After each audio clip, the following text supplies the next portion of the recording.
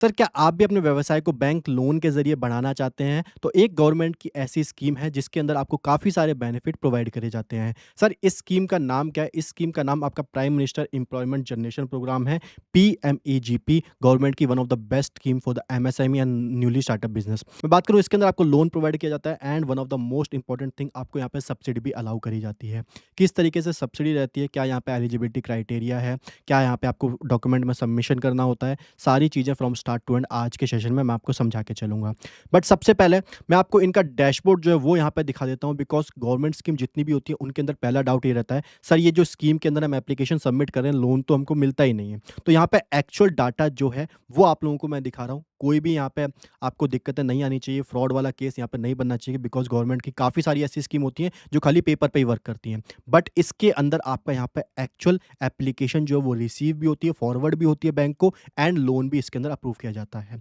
मैं बात करूँ यहाँ पे 25-26 की, आप लोग देख सकते हैं यहाँ पे 2,31,589 एप्लीकेशन टोटल यहाँ पे सबमिट हुई हैं।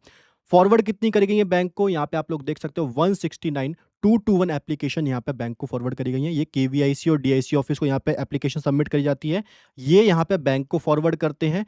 इसके बाद इसके ऊपर लोन जो है वो सैंक्शन किया जाता है और यहाँ पे 25-26 की मैं बात करूँ तो यहाँ पे 49,424 एप्लीकेशन यहाँ पे अप्रूव भी की जा चुकी है। मोटा-मोटा बैंक को जितनी फॉरवर्ड करी गई है उसमें से 1/3 यहाँ पे एप्लीकेशन जो है वो यहाँ पे लोन सैंक्शन किया जा चुका है। ये डाटा अभी फाइनलाइज़ नहीं है, बिकॉज़ इसके अंदर काफ़ी सारी पेंडिंग एप्लीकेशन होंगी। फाइनल डाटा अभी यहाँ पे अपडेट होता रहेगा। लास्ट 10 डेज़ की बात करूँ, आप लोग यहाँ पे देख सकते हो, आज की डेट में भी यहाँ पे 108 एप्लीकेशन अभी तक यहाँ पे सबमिट हो चुकी है इस स्कीम के अंदर। सर, काफ़ी सारे लोग इस स्कीम में इंटरेस्टेड इसीलिए हैं बिकॉज़ इस स्कीम के अंदर लोन जो है वो अप्रूव भी किए जा रहे हैं और जो एजेंसी है वो यहाँ पे एप्रोप्रिएट मेथड में काम कर रही है। ठीक है सर। अब मैंने आपको यहाँ पे एक्चुअल डाटा जो है वो दिखा दिया है। अब सिंपली मैं आपको यहाँ पे लेके चलता हूँ किस तरीके से आपको यहाँ पे एप्लीकेशन जो है उसको सबमिट करना होता है। ठीक है सर। इसको हम लोग यहाँ पे इंग्लिश कर लेते हैं, इसको हम लोग ओके कर देते हैं। अब यहाँ पे आपके 23 पॉइंट आ जाते हैं। इन 23 पॉइंट को फिल अप करके आपका ये जो फॉर्म है ये कंप्लीट हो जाता है। कैसे फिल अप करना है पॉइंट वाइज़ मैं आपको बताऊँगा। बट उससे पहले आप लोग यहाँ पे एलिजिबिलिटी क्राइटेरिया जो है उसको समझ लीजिए। एलिजिबिलिटी क्राइटेरिया क्या है? यहाँ पे जो इंडिविजुअल है वो यहाँ पे 18 साल या उससे ज़्यादा का होना चाहिए। There will be no income ceiling, मतलब अगर यहाँ पे कोई भी आपकी इनकम नहीं है तो भी आप स्कीम के अंदर एलिजिबल हो। For setting up a project cost above 10 lakh in manufacturing sector and above 5 lakh in service sector और business sector, the beneficiary should be at least 8 standard pass। यहाँ पे अगर आपका जो बिजनेस है उसकी प्रोजेक्ट कॉस्ट मैन्युफैक्चरिंग के case में 10 लाख से ज़्यादा है या फिर सर्विस के केस में 5 लाख से ज़्यादा है तो उसकी क्वालिफिकेशन मिनिमम आपकी 8 स्टैंडर्ड होनी चाहिए। मैं बात करूँ फोर्थ पॉइंट की, assistant under the scheme is available only for the new viable project. यहाँ पे आपको ओल्ड प्रोजेक्ट एग्जिस्टिंग यूनिट के लिए यहाँ पे लोन नहीं दिया जाता है। Existing unit and the unit that have already availed the any government subsidy, ये जो ऑलरेडी गवर्नमेंट यहाँ पे सब्सिडी दी जा रही है, पीएमआरवाई, आरईजीपी, पीएमईजीपी, सीएमईजीपी और any other scheme government of India, तो इसके अंदर आपको लोन नहीं दिया जाएगा। ये जो बिजनेस है जिसके अंदर ऑलरेडी सब्सिडी अलाउ करी जा चुकी है, ये वाले बिजनेस आपके नॉट एलिजिबल हैं इस स्कीम के अंदर। Project without capital expenditure are not eligible, खाली वर्किंग कैपिटल के लिए आपको लोन इस स्कीम के अंदर नहीं दिया जाएगा। Cost of land not be covered under the project cost, ये वैसे भी इसके अंदर कवर्ड नहीं रहा करती है। ऑल इंप्लीमेंटिंग एजेंसी, केवीआईसी, केवीआईबी आपकी जो अर्बन एरिया है उसके अंदर काम करती है, डीआईसी आपकी मेनली जो है वो यहाँ पे रूरल एरिया में काम करती है। Can process application in both rural as well as urban area, दोनों के अंदर ये एजेंसी मिलकर काम करेंगी और इस स्कीम को इंप्लीमेंट करेंगी। Applicant should possess valid Aadhaar card, उसके बाद आधार नंबर होना चाहिए। Applicant shell give his or her consent to authenticate demographic details such as Aadhaar number, name, gender, date of birth and mobile number. Basic सी बात है, ये तो आपको इन्फॉर्मेशन प्रोवाइड ही करनी होगी अपना फॉर्म भरते टाइम। ठीक है सर। अब हम लोग हमारी ऑनलाइन एप्लीकेशन के ऊपर चलते हैं एंड समझते हैं उसको हमको कैसे फिलअप करना है। सर, पॉइंट नंबर 1 के अंदर आपसे क्या मांग रहा है? यहाँ पे जो भी आपका आधार नंबर है वो आपको यहाँ पे सिंपली डाल के चलना है। कोई दिक्कत? कोई दिक्कत नहीं सर। अगर आपके पास आधार नंबर नहीं है तो आप यहाँ पे एनरोलमेंट आईडी डाल के चल सकते हो, बट यहाँ पे 99.9 केस में आपके पास आधार नंबर होता है, आप लोग सिंपली यहाँ पे फिलअप कर दोगे। कोई दिक्कत? कोई दिक्कत नहीं। पॉइंट नंबर 2 में बोला नेम ऑफ एप्लीकेंट, जो भी आधार पर नेम है वो आपको यहाँ पे फिलअप करना है। ठीक है, इसके अंदर कोई दिक्कत? कोई दिक्कत नहीं sir. Sponsoring agency, sir KVIC है, केवीआईबी है या फिर डीआईसी है, वो आपको यहाँ पे सेलेक्ट करना है, ठीक है? मैं आपको यहाँ पे सेलेक्ट करके भी दिखा देता हूँ, ये आपकी केवीआईसी है, केवीआईबी है या फिर डीआईसी है, वो आपको यहाँ पे सेलेक्ट करना है। हमारे केस में हम लोग अर्बन एरिया में, दैट्स व्हाई हम लोग केवीआईसी यहाँ पे सेलेक्ट कर रहे हैं। उसके बाद आपसे यहाँ पे राज्य पूछ रहा है, आपका स्टेट कौन-सा है? सो हमारा दिल्ली है, जो भी आपका स्टेट है आपको यहाँ पे सिंपली फिल अप करना है। देन पॉइंट नंबर 5 में आपका डिस्ट्रिक्ट पूछ रहा है, जो भी आपका डिस्ट्रिक्ट पड़ता है, वो आपको यहाँ पे सेलेक्ट करना है। ये आपका ड्रॉप डाउन ऑलरेडी प्रोवाइड कर देगा। सो हमारा नॉर्थ वेस्ट है, हम लोग इसको सेलेक्ट कर लेते हैं एंड आपका जो स्पॉन्सरिंग ऑफिस है, ये भी यहाँ पे दिखा देगा, इसको भी हम लोग सेलेक्ट कर लेते हैं। सर लीगल टाइप में यहाँ पे इंडिविजुअल अपने आप आ चुका है, तो हमको क्या चेंज करना है? मैं बात करूँ पीएमएजीपी स्कीम खाली इंडिविजुअल को ही प्रोवाइड करी जाती है, दैट्स व्हाई यहाँ पे ऑटोमेटिकली इंडिविजुअल आया है, ठीक है? जेंडर में आपका जो भी जेंडर है आपको यहाँ पे फिल अप कर देना है, डेट ऑफ बर्थ जो भी आपकी यहाँ पर डाल देना है। उसके बाद सोशल कैटेगरी, सर ये सोशल कैटेगरी क्यों यहाँ पे हमको प्रोवाइड करनी है? बिकॉज़ यहाँ पे आपको जो सब्सिडी है इस कैटेगरी के बेसिस पे भी दी जाती है और इसके अलावा अगर आप स्पेसिफिक कैटेगरी में फॉल करते हो तो उसका आपको कास्ट सर्टिफिकेट वगैरह भी अपलोड करना होता है, ठीक है? जनरल के केस में आपको कुछ भी अपलोड नहीं करना होता है, सिंपली आप लोग यहाँ पे जनरल करके आगे कर दीजिए। उसके बाद कोई स्पेशल कैटेगरी है, एक्स सर्विसमैन, फिजिकली चैलेंज्ड, हिली border religion, north east religion है, तो आप लोग यहाँ पे सेलेक्ट कीजिएगा, अदरवाइज़ यहाँ पे नॉट एप्लीकेबल कर दीजिए। क्वालिफ़िकेशन की बात करूँ, जो भी आपकी क्वालिफ़िकेशन है, वो आप लोग यहाँ पे डाल देना। तो मेरे केस में पोस्ट ग्रेजुएट है, मैंने यहाँ पे फिल अप कर दिया, ठीक है? आपके केस में जो भी है, यहाँ पे आप लोग देख सकते हो 10th पास, 12th पास, सारे जो ऑप्शन है यहाँ पे अवेलेबल है, आप लोग यहाँ पे डाल के चल सकते हो। कम्युनिकेशन एड्रेस, उसके बाद पॉइंट नंबर 12 के अंदर जो भी आपका एड्रेस है, वो आपको यहाँ पे फिल अप करना है, उसका ब्लॉक वगैरह आपको यहाँ पे प्रोवाइड करना है, देन उसका पिन कोड नंबर आपको यहाँ पे प्रोवाइड करना है। देन इस वाले पॉइंट में आपको मोबाइल नंबर की डिटेल प्रोवाइड करनी है, ईमेल आईडी मैंडेटरी नहीं है। जितने भी ये स्टार वाले हैं ना, ये आपके मैंडेटरी होते हैं, इसके अलावा आप इनको ऑप्शनल बेसिस पे पैन नंबर वगैरह को छोड़ सकते हो। यूनिट लोकेशन की मैं बात करूँ, यूनिट लोकेशन में रूरल एरिया में या फिर अर्बन एरिया में है, तो हमारी अर्बन एरिया में है। प्रपोज यूनिट एड्रेस, उसके बाद आपको यहाँ पे सिंपली एड्रेस प्रोवाइड करना है। अगर कम्युनिकेशन एड्रेस से सेम है तो आप सेम आपको कॉपी कम्युनिकेशन एड्रेस कर देना है, अदरवाइज़ जहाँ पे भी आपकी यूनिट सेटअप होने वाली है, वो वाला एड्रेस आपको यहाँ पे प्रोवाइड करना है, उसका ब्लॉक प्रोवाइड करना है, देन आपको उसका पिन नंबर प्रोवाइड करना है।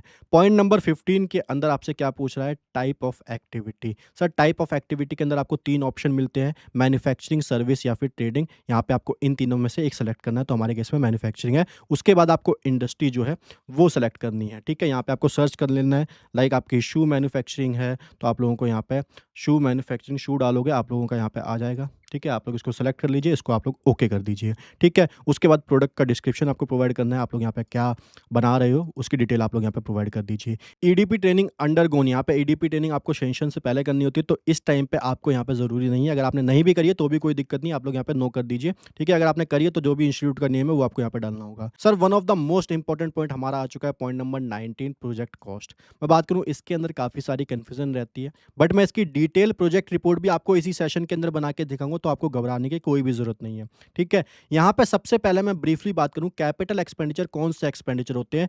पूंजीगत व्यय, मतलब सर जितना भी खर्चा आपका फिक्स एसेट्स पर लगने वाला है, आपको प्लांट एंड मशीनरी चाहिए, आपको फर्नीचर चाहिए, आपको कोई अदर एसेट्स परचेज करना है, कंप्यूटर परचेज करना है, 1-1 लाख के कंप्यूटर आ रहे हैं, तो आपका जितना भी टोटल एक्सपेंडिचर व्यवसाय के अंदर, बिजनेस के अंदर लगने वाला है, आपको सिंपली यहाँ पे फिल अप कर देना है। मैं बात करूँ वर्किंग कैपिटल क्या होती है? वर्किंग कैपिटल होती है आपकी कार्यशील पूंजी, डे टू डे एक्सपेंडिचर जो होते हैं बिजनेस के अंदर, उसकी कंटिन्यूटी बनी रहे, दैट्स व्हाई वर्किंग कैपिटल को इंट्रोड्यूस करा जाता है, वर्किंग कैपिटल लोन को इंट्रोड्यूस करा जाता है, ठीक है? आपको सिंपली वो डाल देना है, ठीक है? आपका यहाँ पर टोटल जो अमाउंट है प्रोजेक्ट कॉस्ट का अपने आप आ जाएगा। सर ओन कंट्रीब्यूशन तो आया नहीं, ओन कंट्रीब्यूशन भी समझाऊंगा जब प्रोजेक्ट रिपोर्ट बनाऊंगा, बट अभी के लिए आपका टोटल कितना एक्सपेंडिचर यहाँ पे लगने वाला है, मान के चलते हैं 8 लाख हमारा कैपिटल एक्सपेंडिचर है, 2 लाख का हमारा वर्किंग कैपिटल है, 10 लाख की हमारी प्रोजेक्ट कॉस्ट यहाँ पे आ चुकी है। कितने एम्प्लॉयमेंट हम जनरेट करेंगे? लेट एज्यूम दैट हम यहाँ पे 5 एम्प्लॉयमेंट जनरेट करेंगे। उसके बाद पॉइंट नंबर 20 में आपको यहाँ पे फर्स्ट फाइनेंसिंग बैंक डालना होता है, किस बैंक पे आप कर रहे हो? सो हमारा यहाँ पे पंजाब नेशनल में है, सो हम लोग यहाँ पे पंजाब नेशनल डाल देते हैं। मैं प्रेफर करूंगा जिस भी बैंक में मेरा ऑलरेडी अकाउंट है मैं उसकी डिटेल ही यहाँ पे फिलअप करूँ, ठीक है? उसके बाद आईएफएससी कोड मैं यहाँ पे सर्च कर लेता हूँ, सो हमारा यहाँ पे हम लोग ब्रांच नेम से सर्च करते हैं, किराड़ी वाली सर्च करते हैं, यहाँ पे आ चुका है, इसको हम लोग सेलेक्ट कर लेते हैं, ये हमारा आ चुका है, ठीक है? इसके बाद मैं बात करूँ अल्टरनेटिव फाइनेंस बैंक, अगर आपको यहाँ पे सेलेक्ट करना है तो आप लोग यहाँ पे कर सकते हो, अदरवाइज़ आपको एक ही बैंक में अप्रोच करना है तो भी कोई दिक्कत नहीं है, ठीक है सर? अब हम लोग बात कर लेते हैं पॉइंट नंबर 22 की, want to avail CGTMSC scheme. Sir ये स्कीम का आप लाभ उठाना चाहते हो, सर इस स्कीम के अंदर आपको जो कोलेटरल वगैरह है वो यहाँ पे नहीं देनी होती है, ठीक है? 10 लाख तक के प्रोजेक्ट कॉस्ट पे, तो आपको सिंपली येस कर देना है। हम लोग बात करें पॉइंट नंबर 23 की, where did you hear about PMGP? कहाँ से आपने सुना है इसके बारे में? अगर आप लोगों ने मेरी वीडियो के ज़रिए सुना है तो आप लोग यहाँ पे सोशल मीडिया भी कर सकते हैं, अदरवाइज़ आप लोग यहाँ पे अदर करके भी चल सकते हो, ठीक है सर? सारी डिटेल आप लोग यहाँ पे फिल अप कर दीजिए। यहाँ पे जो पर्सनल डिटेल है वो भी यहाँ पे फिल अप कर देता हूँ। उसके बाद आपके फ़ोन पे यहाँ पे आईडी पासवर्ड आया करता है एंड उस यूज़र आईडी पासवर्ड से आपको लॉगिन करना है, स्कोर कार्ड प्रिपेयर करना है एंड डॉक्यूमेंट अपलोड करने हैं। वो कैसे करने हैं अब हम लोग वो समझते हैं। ये देखिए यहाँ पे नोट आ चुका है, user detail has been send to your registered mobile number, login to fill other details, your application will not be considered valid until it final submitted to the concerned office. ठीक है sir, अब हम लोग final submission की तरफ बढ़ते हैं और एप्लीकेंट लॉगिन के ऊपर क्लिक कर देते हैं। सो हम लोगों को यहाँ पे यूज़र आईडी पासवर्ड डाल के लॉगिन कर लेना है। यहाँ पे हमारा डैशबोर्ड ओपन हो चुका है, ये होम है, ये एप्लीकेंट डाटा जो हमने फिलअप करा है वो यहाँ पे आ जाता है। स्कोर कार्ड हमको फिलअप करना होता है। स्कोर कार्ड के अंदर कंफ्यूज मत होना, काफ़ी सिंपल सिंपल क्वेश्चन होते हैं, आपको खाली आंसर करना है और उसके हिसाब से आपको यहाँ पे मार्क अलॉट किए जाते हैं। मिनिमम 60 मार्क्स आपके यहाँ पे आने चाहिए, तभी आपकी एप्लीकेशन को प्रेफरेंस मिलती है। ठीक है, एज आपकी यहाँ पे ऑटोमेटिकली आ जाती है, आप लोग यहाँ पे देख भी सकते हो 26 आपकी एज आ रही है, तो उस केस में आपको 6 जो मार्क्स हैं वो अलॉट किए जाते हैं। दूसरा क्वेश्चन, नंबर ऑफ डिपेंडेंसी, यहाँ पे आप अगर अप टू 3 हैं तो आपको 2 नंबर अलॉट किए जाएंगे। आपके पास घर है या नहीं है, ठीक है तो येस कर दीजिए, अदरवाइज यहाँ पे नो कर दीजिए। कब से रह रहे हो, 5 साल या उससे ज़्यादा से रह रहे हो तो यहाँ पे टिक कर दीजिए। जितने साल से आप यहाँ पे रह रहे हो वो वाला यहाँ पे आप सेलेक्ट कर लीजिए। एकेडमिक क्वालिफिकेशन क्या है आपकी यहाँ पे, मेरे केस में मैंने यहाँ पे एप्लीकेशन में पोस्ट ग्रेजुएट किया था तो मेरे को यहाँ पे 4 मार्क अलॉट किए जाएंगे। ठीक है, एक्सपीरियंस इन लाइन, कब से इस लाइन में हो, ठीक है तो इक्वल और मोर देन 3 ईयर हो तो यहाँ पे आपको 8 मार्क जो है वो अलॉट किए जाएंगे। Any other source of income including family income, अगर कोई है तो येस कीजिए, अदरवाइज यहाँ पे नो कीजिए। असेस्ड फॉर इनकम टैक्स, यहाँ पे इनकम टैक्स रिटर्न आप लोग फाइल करते हो या नहीं करते हो वो यहाँ पे पूछा गया। असेस्ड है तो यहाँ पे आप लोग असेस्ट कर दोगे, अदरवाइज नॉट असेस्ट कर दोगे। ठीक है, हैविंग लाइफ इंश्योरेंस पॉलिसी वगैरह है या नहीं है, ठीक है उसमें आपसे पूछ रहा है कितनी है, एक है या फिर कोई इंश्योरेंस पॉलिसी नहीं है, तो उस हिसाब से आपको यहाँ पे मार्क्स अलॉट किए जाएंगे। देन आपका यहाँ पे जो पॉइंट 2 है, न्यू वेंचर और फर्म से रिलेटेड, वो यहाँ पे स्टार्ट हो चुका है। रिलेशनशिप विद लैंडिंग बैंक, कब से आपका यहाँ पे अकाउंट है, अगर ऑलरेडी है तो ऑलरेडी करके यहाँ पे आपको डेट डालनी पड़ेगी कब से आपका यहाँ पे अकाउंट है, उस हिसाब से आपको यहाँ पे मार्क्स जो है वो अलॉट किए जाएंगे। ठीक है, ये आपका बैंक से रिलेटेड इन्फॉर्मेशन जाएंगी। लाइन ऑफ एक्टिविटी क्या है आपकी, यहाँ पे मैन्युफैक्चरिंग है तो मैन्युफैक्चरिंग और सर्विस के केस में 5 नंबर अलॉट किए जाते हैं। ट्रेडिंग और अदर के केस में 3 नंबर अलॉट किए जाते हैं।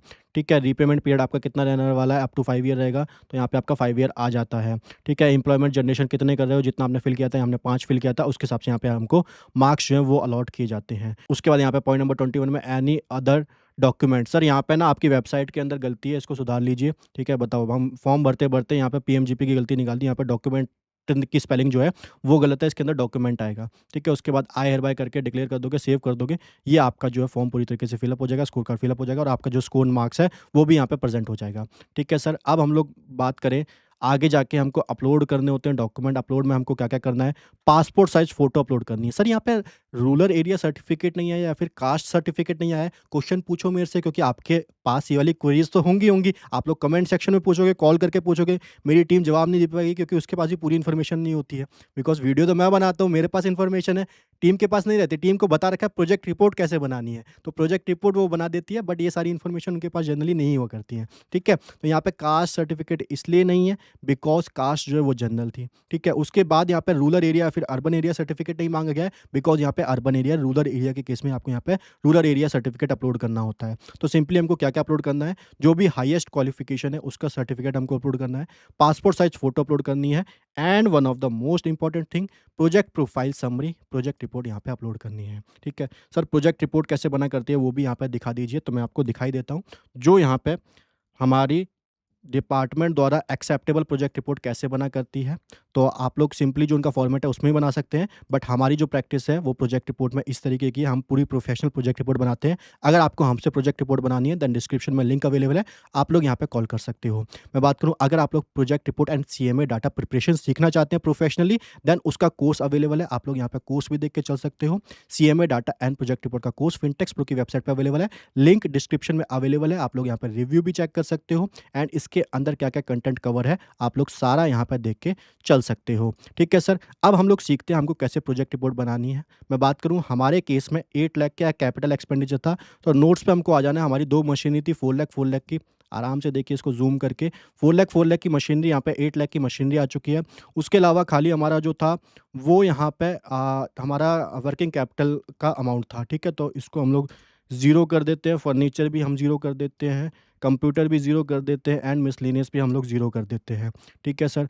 अब मैं बात करूँ यहाँ पे हमारा टर्म लोन आ चुका है 6 लाख एंड सीसी आ चुका है 3 लाख। सीसी हमारा 3 लाख नहीं है, सीसी हमारा यहाँ पे 2 लाख है। ठीक है?